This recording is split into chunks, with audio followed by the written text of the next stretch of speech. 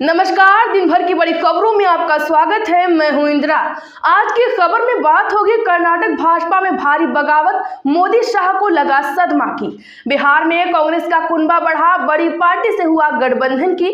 बदायूं घटना से चौतरफा गिरी योगी सरकार की। ईडी को सुप्रीम कोर्ट से लगे झटके की। अब नहीं बचेगा एलवीएस यादव पर सबसे बड़े खुलासे की। और वहीं बीजेपी पर जमकर बरसे उद्धव ठाकरे की। वहीं बात करेंगे रिंकिया के पापा के खिलाफ चुनाव लड़ने जा रही नेहा सिंह राठौर की। और खबर के अंत में बात होगी बीजेपी से क्यों छीनने जा रहा राष्ट्रीय फूल कमल का निशान। इसी के साथ आज दिन भर की सभी प्रमुख खबरों को विस्तार से जानेंगे। उससे पहले एक नजर सुर्खियों पर। कर्नाटक के पूर्व डिप्टी सीएम ईश्वरप्पा की भाजपा से बगावत। येदियुरप्पा के बेटे के खिलाफ लड़ेंगे चुनाव, अपने बेटे को टिकट न मिलने से नाराज। केजरीवाल की याचिका पर हाईकोर्ट ने ईडी से मांगा जवाब। सीएम ने समन को चुनौती दी थी। कोर्ट ने पूछा आप पेश क्यों नहीं होते। ब्रेकिंग न्यूज, पप्पू यादव की पार्टी का कांग्रेस में विलय। पूर्णिया से कांग्रेस के टिकट पर लोकसभा चुनाव में लड़ सकते हैं। कल लालू तेजस्वी से की थी मुलाकात। सोशल मीडिया अकाउंट खोलेगा एलवीएस का सच। रेव पार्टी का हैंडलर कौन, आईटी एक्सपर्ट कर रहा डेटा रिकवर। 2 और आरोपी अरेस्ट। 21 राज्यों की 102 लोकसभा सीटों पर नामांकन शुरू। इसमें तमिलनाडु की 39, राजस्थान की 12 और मध्य प्रदेश की 6 सीटें शामिल। पहले फोटो अब ठाकरे, नाम चुरा रही बीजेपी। भाई संग नजदीकी पर बरसे उद्धव, बोले महाराष्ट्र में पीएम मोदी की लहर नहीं। हिमाचल में कांग्रेस के बागी विधायक बीजेपी के दरवाजे पर। हर्ष महाजन, जेपी नड्डा से होगी मीटिंग। सभी मांग रहे अपने हलकों से टिकट। कमल पर विराजमान देवी देवता, भाजपा से वापस लिया जाए चुनाव चिन्ह। याचिका पर क्या बोला एचसी। चिराग पासवान ने हाजीपुर से अपने नाम का किया ऐलान। पूछा क्या पारस मोदी की 400 सीट में रोड़ा बनेंगे। बदायूं घटना में राजनीतिक तेज। सचिन गौरव कांड से बदल गई थी पश्चिमी यूपी की सियासत। पंजाब के पूर्व सीएम को राजस्थान से उतार सकती है कांग्रेस। गुजरात के एमएलए जिग्नेश मेवानी समेत नए चेहरे उतारने की तैयारी। आज चुनाव समिति की हुई बैठक।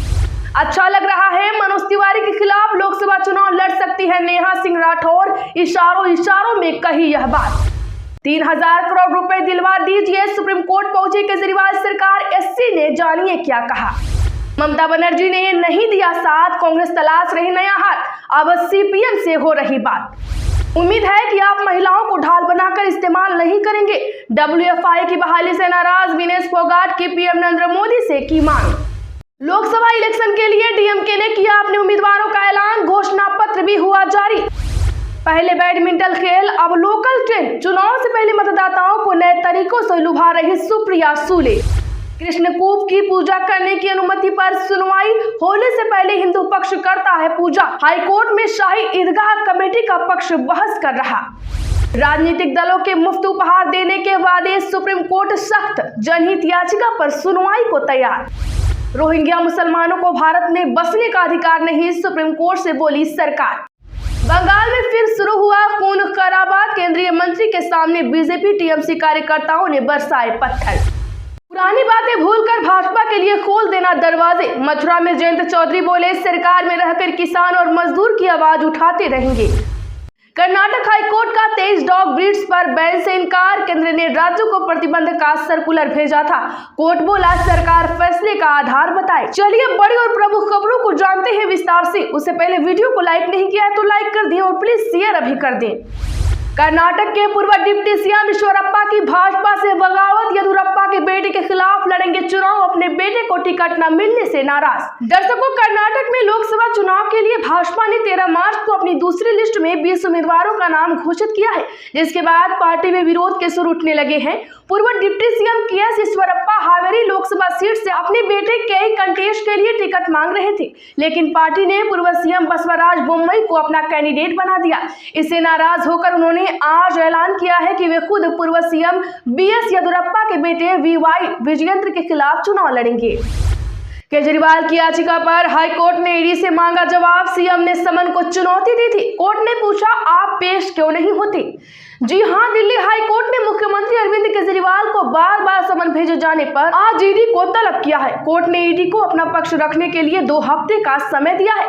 जस्टिस सुरेश कुमार कैत और जस्टिस मनोज जैन की अध्यक्षता वाली बेंच ने केजरीवाल के वकीलों से भी पूछा कि आप यानी कि केजरीवाल ईडी के सामने पेश क्यों नहीं होते?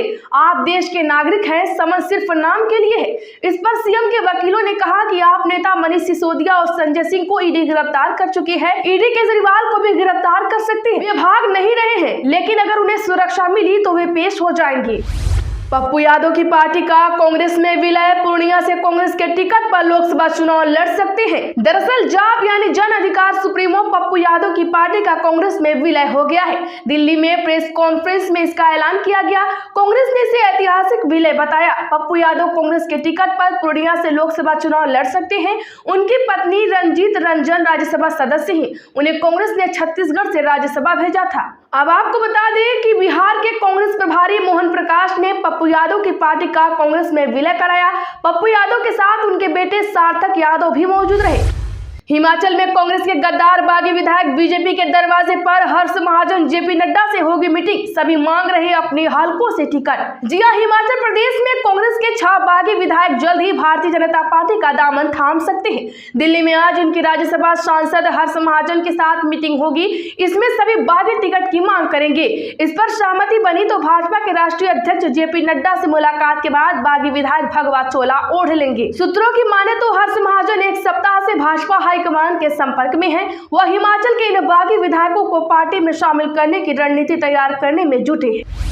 कमल पर विराजमान देवी देवता, भाजपा से वापस लिया जाए चुनाव चिन्ह याचिका पर जानिए क्या बोला एचसी। दरअसल भारतीय जनता पार्टी के चुनाव चिन्ह कमल को वापस लेने के लिए मद्रास हाईकोर्ट में एक याचिका दायर की गई है। हालांकि आज मद्रास उच्च न्यायालय ने इस याचिका को खारिज कर दिया। याचिका में कहा गया कि हाईकोर्ट भाजपा के चुनाव चिन्ह यानी कि कमल का फूल का आवंटन रद्द करने के लिए चुनाव आयोग ईसीआई को निर्देश देगा। मद्रास हाईकोर्ट के मुख्य न्यायाधीश एसपी गंगा पुरवाला और न्यायमूर्ति डी भरत चक्रवर्ती की पीठ ने तमिलनाडु की अहिंसा सोशलिस्ट पार्टी के संस्थापक टी रमेश द्वारा दायर याचिका खारिज कर दी।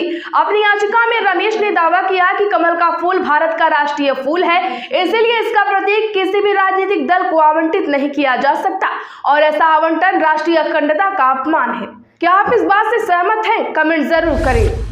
चिराग पासवान ने हाजीपुर से अपने नाम का किया ऐलान, पूछा क्या पारस मोदी की 400 सीट में रोड़ा बनेंगे? जी हां, लोजपा रामविलास के मुख्य चिराग पासवान बिहार की हाजीपुर लोकसभा सीट से चुनाव लड़ेंगे। लोजपा रामविलास ने एक सीट पर अपना कैंडिडेट तय किया है। हालांकि अन्य 4 सीटों पर अभी उम्मीदवारों की घोषणा नहीं की गई है। वहीं चाचा पशुपति पारस को लेकर चिराग पासवान ने कहा कि वे एनडीए के साथ रहेंगे या नहीं, यह फैसला उन्हें लेना है। उन्हें तय करना है कि वह पीएम नरेंद्र मोदी के 400 सीटें हासिल करने की राह में रोड़ा बनेंगे या नहीं, क्योंकि पशुपति पारस ने कहा था कि वह आखिरी सांस तक पीएम मोदी के साथ रहेंगे। बदायूं घटना में राजनीति तेज, सचिन गौरव कांड से बदल गई थी पश्चिमी यूपी की सियासत। दर्शकों, बदायूं कांड में राजनीतिक तेज हो गई है। समाजवादी पार्टी ने अपने आधिकारिक एक्स हैंडल पर आरोप लगाया कि भाजपा यूपी में सांप्रदायिक तनाव खड़ा करके चुनाव जीतना चाहती है। वहीं भारतीय जनता पार्टी ने बदायूं की घटना में समाजवादी पार्टी पर राजनीति करने का आरोप लगाया। पार्टी ने कहा कि अपराधियों पर कठोर कार्रवाई हो रही है और योगी आदित्यनाथ की सरकार में अपराधियों पर कठोर कार्रवाई की जाती है। दर्शकों, आपको बताते चले कि 2013 में बदायूं कांड की तरह ही मुजफ्फरनगर में एक समुदाय विशेष के लोग द्वारा अपनी बहन से छेड़छाड़ का विरोध करने पर सचिन और गौरव नाम के 2 जाट भाइयों को मार दिया था। इस घटना के बाद पश्चिमी यूपी में सांप्रदायिक तनाव फैल गया था। पंजाब के पूर्व सीएम को राजस्थान से उतार सकती है कांग्रेस, गुजरात के एमएलए जिग्नेश मेवानी समेत नए चेहरे उतारने की तैयारी। दरअसल लोकसभा चुनाव में कांग्रेस इस बार ज्यादातर सीटों पर नए और चौंकाने वाले चेहरों को टिकट देने जा रही है। आज होने वाली केंद्रीय चुनाव समिति के सामने ज्यादातर नए नाम रखे गए हैं। पिछली बार के उम्मीदवारों को मौका मिलने की संभावना नहीं है। आपको बता दें कि श्रीगंगानगर हनुमानगढ़ सीट पर पंजाब के पूर्व सीएम चरणजीत सिंह चन्नी और जयपुर से दलित नेता और गुजरात वडगाम के विधायक जिग्नेश मेवानी का नाम भी सीईसी में रखा जाएगा।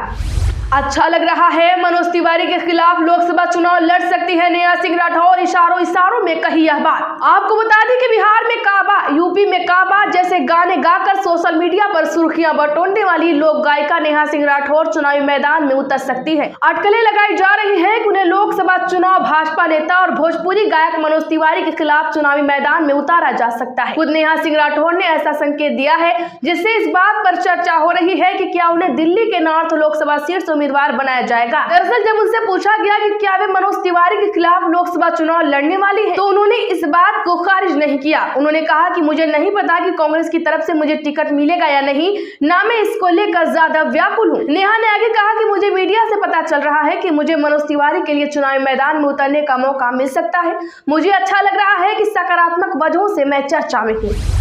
सोशल मीडिया अकाउंट खोलेगा एल्विस का सर्च, रेव पार्टी का हैंडलर कौन, आईटी एक्सपर्ट कर रहे डेटा रिकवर, 2 और आरोपी अरेस्ट। दरअसल यूट्यूबर एल्विस यादव केस में नोएडा पुलिस कोई लूप होल नहीं छोड़ना चाहती है, इसीलिए अब उसके social media account Facebook, Instagram, x, YouTube की जांच हो रही है। इससे जो साक्ष्य मिलेंगे उसको केस डायरी में नोट किया जाएगा। इसके बाद चार्जशीट फाइल की जाएगी। वहीं वकीलों की हड़ताल के चलते आज की रात भी एल्विस को जेल में ही रहना पड़ा। उसे क्वारंटीन सेल से हटाकर हाई सिक्योरिटी सेल में ट्रांसफर किया गया है। वीडियो को लाइक करें, शेयर करें, चैनल को सब्सक्राइब कर ले रोज कैसी ताजा अपडेट के लिए।